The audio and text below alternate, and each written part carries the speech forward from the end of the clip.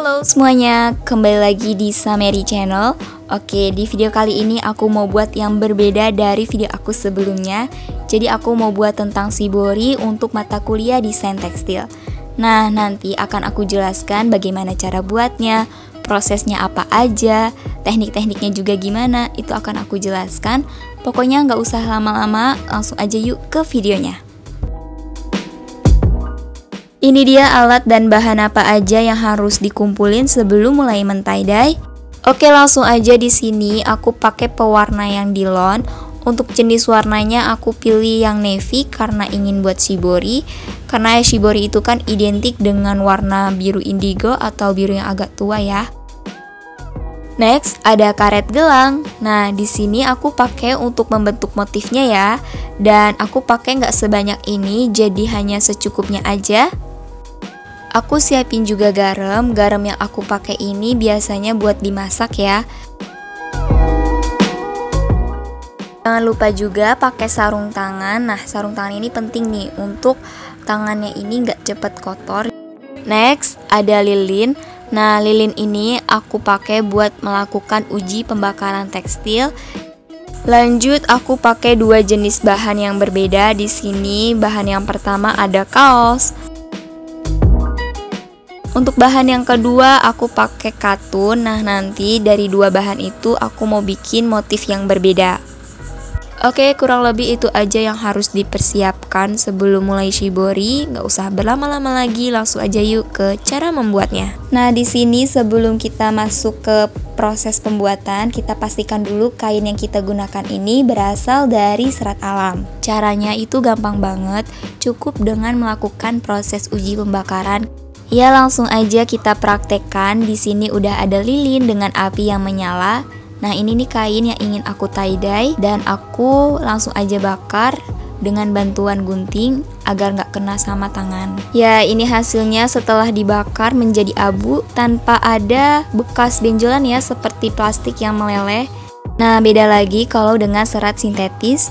Kalau kita bakar itu baunya seperti plastik yang terbakar dan ada terlihat benjolan gitu. Ya, karena di sini nggak semua jenis kain itu dapat menyerap warna dengan baik.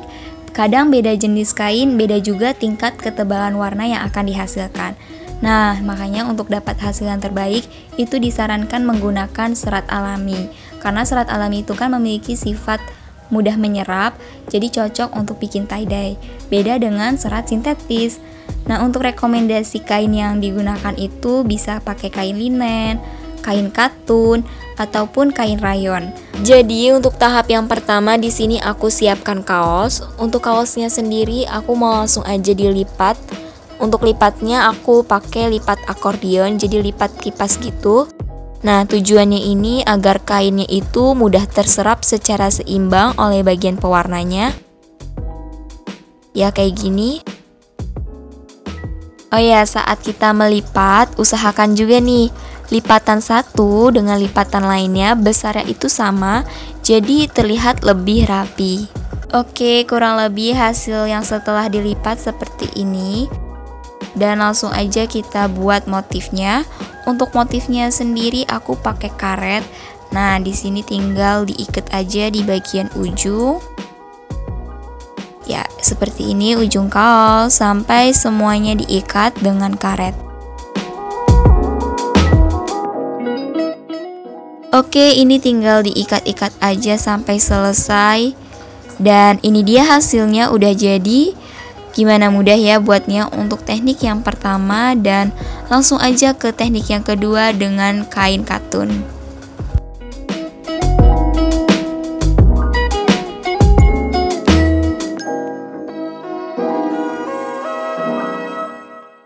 Untuk teknik mengikat dengan karet ini harus berulang-ulang kali, harus kenceng, karena karet itu kan memiliki sifat yang melar. Jadi nanti kalau nggak kenceng hasilnya nggak maksimal.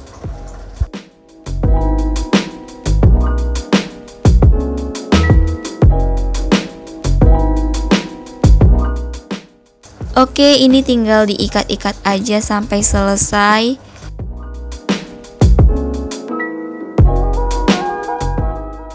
Dan ini dia hasilnya udah jadi. Gimana, mudah ya buatnya untuk teknik yang pertama, dan langsung aja ke teknik yang kedua dengan kain katun. Di sini lipatnya itu berbeda banget dengan teknik melipat yang pertama, tapi kalau di sini hanya lipat 4 bagian. Tujuannya ini untuk menentukan titik tengahnya atau garis tengahnya. Oke, di sini aku tempelkan dulu 2 ibu jari sebagai patokannya. Lalu aku ambil kainnya secara perlahan-lahan. Oke, kalau udah langsung diputar kainnya, lalu diambil lagi.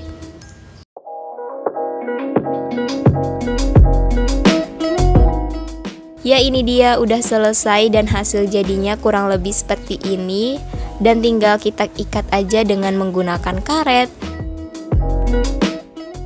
Nah, untuk karetnya sendiri itu jumlahnya bebas, secukupnya kalian aja dan sebutuhnya kalian. Tapi di sini aku butuhnya 8 karet. Nah, ini tinggal diikat-ikat seperti ini. Jadi di sini udah selesai ya proses pembentukan motif kain dengan tadi melipat-lipat kain dan juga mengikat kain dengan karet. Nah, nanti akan ada 2 motif kain yang berbeda karena teknik melipatnya juga berbeda. Langsung aja yuk kita masuk ke proses pembuatan yang kedua. Nah, proses ini namanya difusi. Caranya gampang banget. Cukup siapkan dulu air yang udah panas dan mendidih, kurang lebih suhunya 80 derajat Celcius. Lanjut, aku tuangkan dulu pewarna yang udah aku siapkan.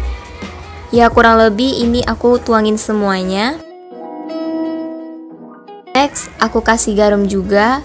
Untuk garam ini tujuannya untuk mengikat pewarna ke kain jadi nggak cepet luntur. Nah, takaran garamnya ini kurang lebih 1 sendok teh makan aja ya. Ini semua bahannya udah dimasukin, langsung aja diaduk-aduk. Dan jangan lupa pakai sarung tangan biar tangannya ini nggak kotor. Ini udah siap, langsung aja kita ambil kain yang udah dilipat tadi dan dicelupkan ke pewarna yang udah disiapkan. Nah, ini direndam kurang lebih 5 menit.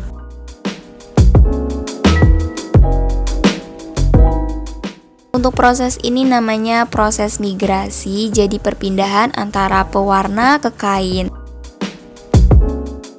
Nah, ini direndam kurang lebih 5 menit.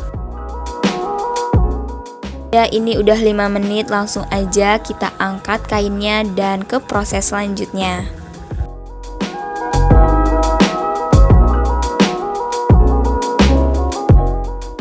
Nah, ini dinamakan proses absorpsi atau proses perikatan zat warna ke kain. Untuk perikatan zat warna ke kain itu dipengaruhi oleh suhu dan juga waktunya. Jadi saat kita mendiamkan kain di ruangan yang terbuka, itu harus perhatikan suhu dan waktunya. Untuk waktunya aku kurang lebih 20 menit, karena menurut aku ini waktu yang ideal agar warnanya menyerap dengan maksimal jadi nggak cepat luntur. Oke, setelah kita diamkan tadi kain di ruangan yang terbuka dengan waktu 20 menit, langsung aja yuk ke proses pembilasan. Nah, proses pembilasan ini dikenal juga dengan proses penetrasi. Jadi, kain dibilas dengan air yang biasa dan suhunya ini normal. Nah, ini kainnya dibilas, dibersihkan agar sisa-sisa zat pewarna itu nggak menempel di kain. Next, kita buka karetnya dengan digunting.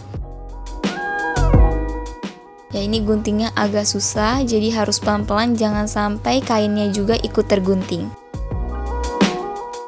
Oke, ini udah semuanya aku gunting, tinggal kita buka dan lakukan proses penjemuran. Nah, ini dia hasil motif shibori yang pertama udah jadi. Gimana? Mudah ya buatnya? Untuk motif yang ini ternyata lebih dominan putih dibandingkan warna biru. Oh ya, buat kalian yang juga pecinta abstrak, boleh banget dicoba motif yang ini, karena gampang banget, tinggal kalian coba aja step by stepnya.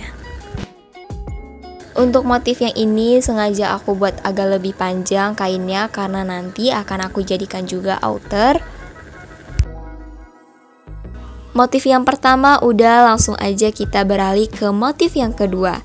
Di sini karetnya belum aku gunting, jadi aku gunting dulu. Nah, ini guntingnya pelan-pelan, jangan sampai kaosnya juga ikut tergunting. Pokoknya pelan-pelan, hati-hati. Dan ini udah selesai, tinggal kita jemur. Oke, ini hasilnya motif kedua dengan dominan biru pada kaos. Gimana nih menurut kalian? Lebih bagus motif pertama dengan dominan putih atau motif kedua dengan dominan biru?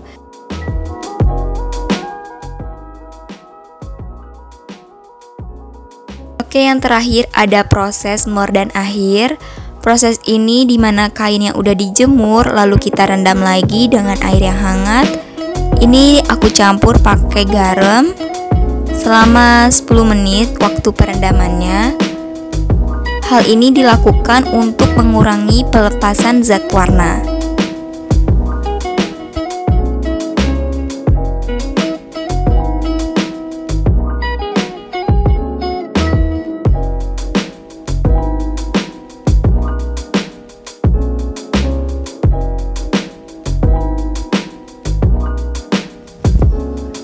Ya, segitu aja video tutorial tentang shibori dari aku. Semoga membantu. Selamat mencoba dan good luck semuanya.